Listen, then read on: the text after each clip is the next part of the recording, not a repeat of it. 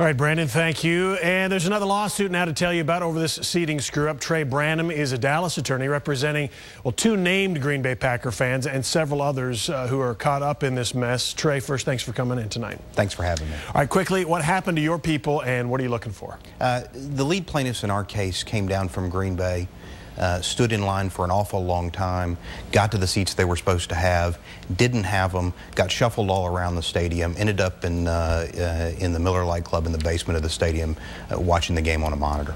So they spent a lot of money to come down and didn't even get to see the field. I'm going to read some of the legalese here, and you explain this to me, because I don't see how it really fits based on what we've seen of the reporting.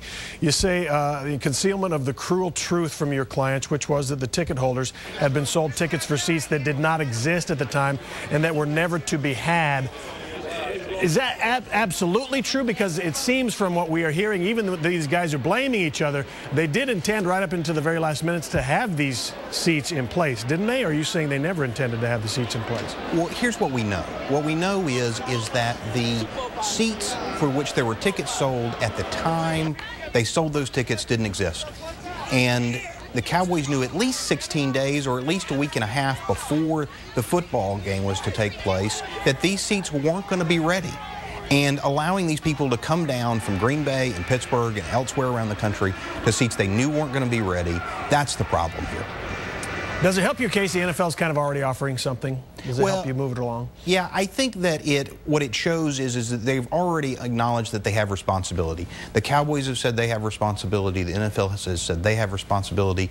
And so now everybody's just simply trying to figure out what that responsibility amounts to. How about now that it doesn't look like everybody's so cozy anymore? A lot of people blaming each other.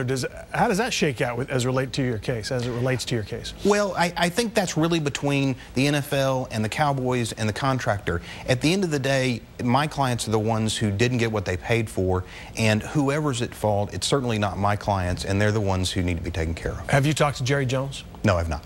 You live here, so you watch TV. You know how high-profile Jerry Jones is. Does it surprise you? I mean, usually he would be reveling in success. You know how that works. Does it surprise you he's been so, I guess, unavailable? Well, what I think is important is that he's acknowledged that the Cowboys have some responsibility here, and we're really hoping that we'll be able to sit down and resolve this to everybody's satisfaction. Dollar figure, have you put a dollar figure on what this might add up to? No, I think what you have to look at is what people are out of pocket. It's not just the value, the face value of the tickets. You know, I have clients who spent $4,000 on a ticket. I have people who spent a lot of money on airfare to come down from Green Bay or Pittsburgh, hotels, meals, and then there's the lost experience itself, which is obviously worth something.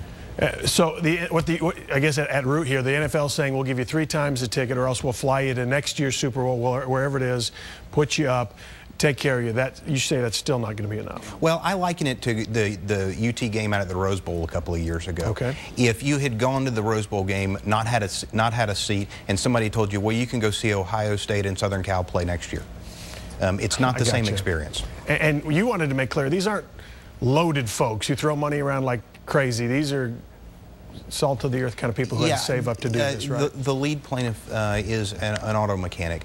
I talked to a gentleman who used his leave coming home from Afghanistan to come to this game. These are working class folks looking for a once-in-a-lifetime experience who didn't get what they were looking for. All right, well, it sounds like the NFL and the Cowboys and Jerry Jones want to get this thing settled. It might just take a little time. Trey Branham, Dallas attorney, thanks for coming down. Thanks for having me.